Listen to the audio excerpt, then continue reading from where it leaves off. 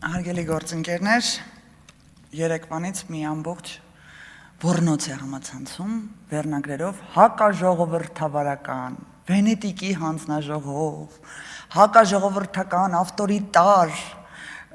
փոփոխությունները մեր դեմ են, վախեցել եք եւ այլն, հակաժողովրդավարական փոփոխությունը սրա մեջ է, որ ամբողջ աշխարհում ընդունված պրակտիկա է, չկան կուսակցություններ մարդ անուններով, չկան տենց, գտեք ժողովրդավարական պետություն, որտեղ կա մարդ կուսակցություն, ինչի համար է դա արվում, սիրելի հայրենակիցներ, որպեսզի մարդիկ իրենց հետագծով, իրենց քաղաքական ծրագրերով կուսակցությունը մի ամբողջ կուսակցական համակարգ քաղաքական ծրագրով ներկայանա, ոչ թե տեղական բդեշխներով, ոնց որ դուք եք ուզում։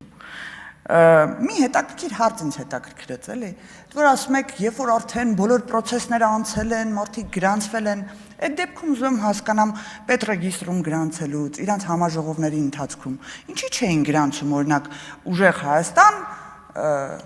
ինչպես գործընկերս շեշտեց Ստյոպիկի հետ, գրանցում են ուժեղ Հայաստան կուսակցություն։ Այդ ինչ եղավ, որ այն ժամանակ չէին գրանցում, ինչ եղավ, որտեղ կուսակցությունների մասին օրենքում կար արդեն այդ սահմանափակումը, հարգելի գործընկերներ։ Մենք ընտրական օրենսգիրքը փոխել ենք 22 թվականին, այս կարգավորումը եղել է 22 թվականին։ Իսկ ինչ վերաբերվում է նրանց դե տեխնիկական վրիպակի մասին չշեշտեմ նորից, ինչ վերաբերվում է նրանց այդ հակաժողովրդավարական ակցիաներին, լավա չեք ասում, էլի, թողեք ընտրակաշարք բաժանենք,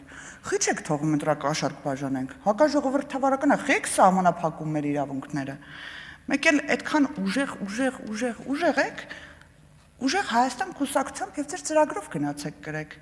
թե վախենում եք առանց մի անվանման, որը ընդհանրապես կապ չունի որևիցե ձև Հայաստանի Հանրապետության օրենսդրության, Հայաստանի Հանրապետության հետ, առանց դրա չեք կարող որևիցե ձևով հաղթել ընտրությունները։ Հավանիչ տեսանյութը և բաժանորդագրվիչ նորությունները բաց չթողնելու համար։